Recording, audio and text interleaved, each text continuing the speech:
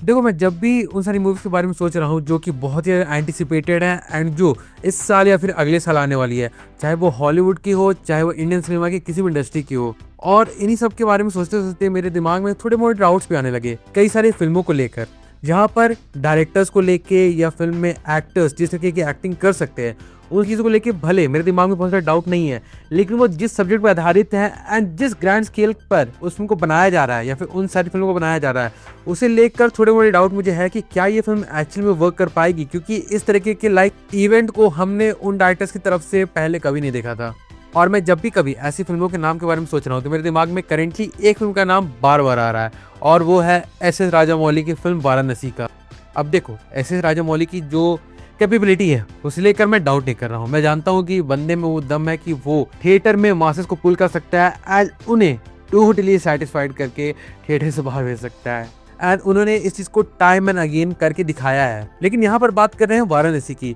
जहाँ पर जब हमने इस फिल्म का जो ऑफिशियल पोस्टर या फिर कह सकते हैं ऑफिशियल पोस्टर से हट के जो पहला लुक हमने देखा, जहाँ पर हमें इस फिल्म का स्केल बताया गया कि फिल्म कितने ग्रैंड स्केल पे बनने वाली है, फिल्म में क्या क्या चीज़ें होने वाली है, फिल्म किन टॉपिक्स को टच करने वाली है, इन सारी चीज़ों के बारे में हमें बहुत ही अच्छी तरीके से इस वीडियो में बताया गया है। लेकिन इस वीडियो में हमें ऐसी कई सारी चीज़ें बताई गई है जो अभी तक इवन एस.एस. राजामौली ने भी कभी भी टच नहीं किया है इंडियन सिनेमा में, जहां पर मैं इस बात को अगेन मानता हूं एंड मैं इस बात से एग्री करता हूं कि एस.एस. राजामौली ने ऐसी ऐसी फिल्मों को बनाया है या फिर ऐसे सब्जेक्ट को टच किया है जो कि बहुत ही पॉपुलर नहीं थी इंडियन सिनेमा में, लेकिन उन्होंने जब ऐसी फिल्में बना दी तब वो चीज़ें भी प्रचलन में आ गई। लाइक फॉर एग्जाम्पल अगर मैं कहूँ तो सबसे बेस्ट चीज़ जो मेरे दिमाग में आती है वो है मक्खी। जहाँ पर अगर आप सोचो कि आप एक प्रोड्यूसर हो और आपके सामने कोई डायरेक्टर आता है एक ऐसे फिल्म का आइडिया लेके, जहाँ वो बताने वाला है कि हमारी फिल्म का जो मेन प्रोटैगनिस्ट होने वाला है वो होने वाला है एक मक्खी, एंड फिल्म के स्टार्टिंग के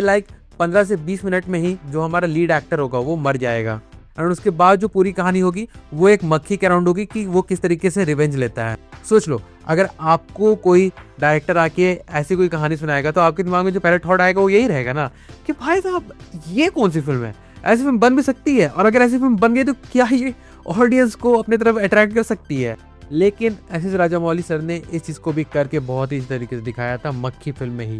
तो वो किसी भी सब्जेक्ट को टच करे उसमें वो अपने फ्लेवर को इस तरीके से ऐड करते हैं कि वो फिल्म एक बेहतरीन फिल्म बन सकती है। लेकिन यहाँ पे वाराणसी को लेकर जो थोड़ा मोड़ा डाउट या फिर जो भी डाउट मेरे मन में आ रहा है वो इस चीज़ को लेकर है कि सबसे पहले तो हम जानते हैं कि फिल्म का जो स्केल होने वाला है वो बहुत ही ज़्यादा ग्रैंड है, एंड प्रीवियसली भी एस.एस. राजामौली सर ने इन सारी चीज़ों को हैंडल किया है, चाहे वो बाहुबली की बात हो या फिर RRR की बात हो। लेकिन इस फिल्म में रामायण के युग को दिखाना, जहाँ पर रामायण एक बहुत ही की रोल प्ले करेगा इस कहानी में, उसके बाद टाइम ट्रैवल का भी इस फिल्म में इन्वॉल्वमेंट होना, जहाँ पर हम ये समझ सकते हैं कि हमारे जो लीड एक्टर होने वाले हैं महेश बाबू एंड फिल्म के जो लीड एंटागनिस्ट होने वाले हैं पृथ्वीराज सुकुमारन, वो टाइम ट्रैवल करके उस युग में जाएंगे जहाँ पर रामायण की घटना घटी थी। अब वो इस कहानी को टाइम ट्रैवल से लिंक करके कैसे दिखाएंगे वो मुझे लिटरली समझ में नहीं आ रहा है, क्योंकि आप देखो कि फिल्म चाहे कितने भी ड्यूरेशन की हो, लाइक हम मान सकते हैं 3 घंटे की हो या 3.5 घंटे की हो, लेकिन फिल्म का स्केल जो इस पार्टिकुलर वीडियो में दिखाया गया उसे देखकर ये लग रहा है कि फिल्म इतने लिमिटेड टाइम में तो नहीं बन सकती है।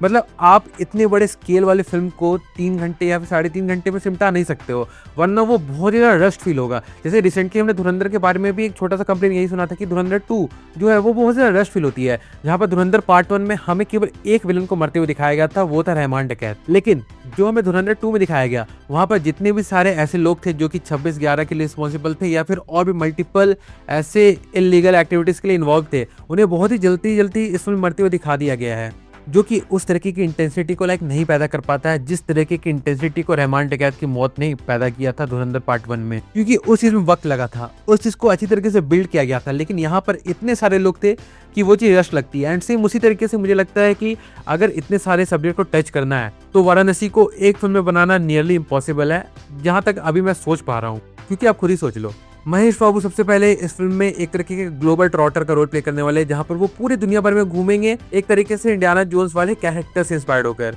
उसके बाद इस फिल्म में रामायण के युग को भी दिखाया जाएगा, टाइम ट्रैवल वाली चीजें भी दिखाई जाएगी, एक अच्छा खासा फोकस हमारे लीड एंटागनिस्ट पे भी होगा, क्योंकि हम जानते हैं कि एस.एस. राजामौली सर ने खुद कहा है कि he love his villains even more, तो वो एक अच्छा खासा टाइम देंगे पृथ्वीराज सुकुमारन सर के कैरेक्टर को एस्टैब्लिश करने के लिए इस फिल्म में। और आप खुद सोच लो एक बार कि अगर इतनी सारी चीजें होने वाली है एक फिल्म में, तो क्या उससे लाइक 3-3.5 घंटे में या फिर एक फिल्म में सिमटाना पॉसिबल होगा? मेरे हिसाब से तो बिल्कुल भी नहीं। क्योंकि अगर आप गौर करो तो बाहुबली जो फिल्म थी, ठीक ना, उसे 2 पार्ट में ही अनाउंस किया गया था, जहाँ पर उसकी स्टोरी उस तरीके की ग्रैंड थी कि उसे एक फिल्म में बनाना नियरली इम्पॉसिबल होता। और उसके बाद जो ट्रिपल आर थी, उसमें हमारा जो फोकस था वो बिल्कुल एकदम सटीक था कि 2 फ्रीडम फाइटर्स है और वो एक कॉमन एनिमी की तरफ जा रहे हैं उससे लड़ने के लिए। और अगर पूरी तरह से समराइज किया जाए तो फिल्म का जो स्टोरी है या फिल्म की जो बेसिक प्लॉट है वो इसी बात पे निर्भर करती है, इसलिए उसे एक फिल्म में सिमटाना पॉसिबल था। एंड एट दी एंड मेरे मन में जो भी थोड़ा मोड़ा डाउट आता है वाराणसी मूवी को लेके,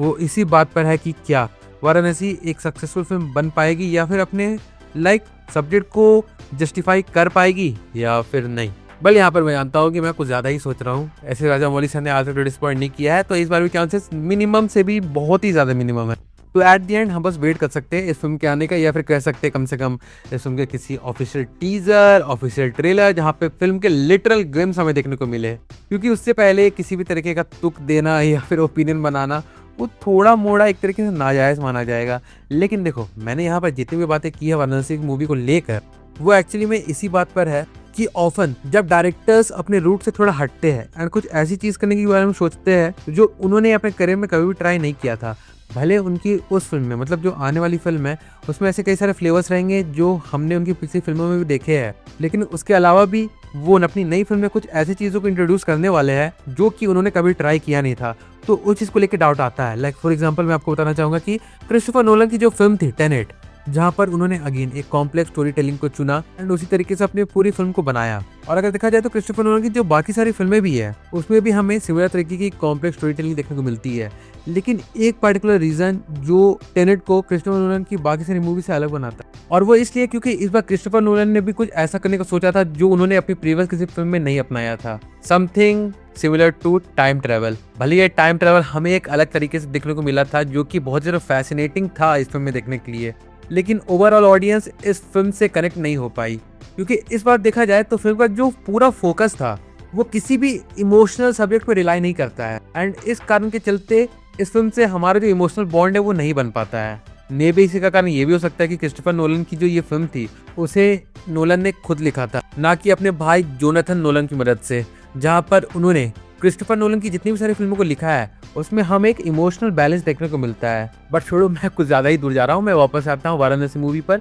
और एस एस राजामौली सर पर। तो हाँ, अल्टीमेटली हम ये कह सकते हैं कि जिस स्केल पे इस फिल्म को बनाया जा रहा है एंड उसके अलावा जिन सारे सब्जेक्ट को ये मूवी टच करने वाली है वो इतना ज़्यादा ग्रैंड है कि कहीं ना कहीं वो हमारे मन में थोड़ा मोड़ा डाउट पुट कर देता है कि क्या इस बार भी हमें कुछ ऐसा देखने को मिलेगा जिसे देखकर हम कह पाएंगे पीक सिनेमा, या फिर इस बार ऐसे Rajamouli is gonna fell off. Well at the end मैं फिर से यही कहूँगा कि चलिए हम थोड़ा वेट कर लेते हैं एंड अल्टीमेटली अगर हम कोई ओपिनियन बनाएंगे तो फिल्म के किसी ऑफिशियल लुक को ही देखकर बनाएंगे, जहाँ पर फिल्म की ऑफिशियल विजुअल्स हमें देखने को मिले। और तब तक के लिए अगर जब तक नहीं होता ऐसा तब तक हम वेट करते हैं। And with that being said, चलिए मैं वीडियो को यहीं पे कंक्लूड करता हूँ। तो वेल अगर देखा जाए तो यही था मेरा एक पार्टिकुलर वीडियो वाराणसी मूवी को लेकर एंड मेरे जो भी थॉट्स इस मूवी को लेकर दिन पर दिन बनते जा रहे हैं उसे भी लेकर। पर फिर भी चलो, मैंने अगेन से इस वीडियो में जो भी बातें कही है वो तो फिर से मेरा अपना एक पर्सनल ओपिनियन है। अगर आपके दिमाग में भी कुछ थॉट्स है जिससे आप लाइक प्रेजेंट करना चाहते हो तो उसे आप कमेंट सेक्शन में लिख के जरूर से बता सकते हो। मैं जरूर से जानना चाहूंगा कि इस बारे में आपके थॉट्स किस तरीके के हैं। So do drop your views in the comment section, ठीक है ना। और हाँ, बाकी भी चलिए मिलते हैं बहुत जल्द एक और नई वीडियो के साथ। तब तक के लिए बाय।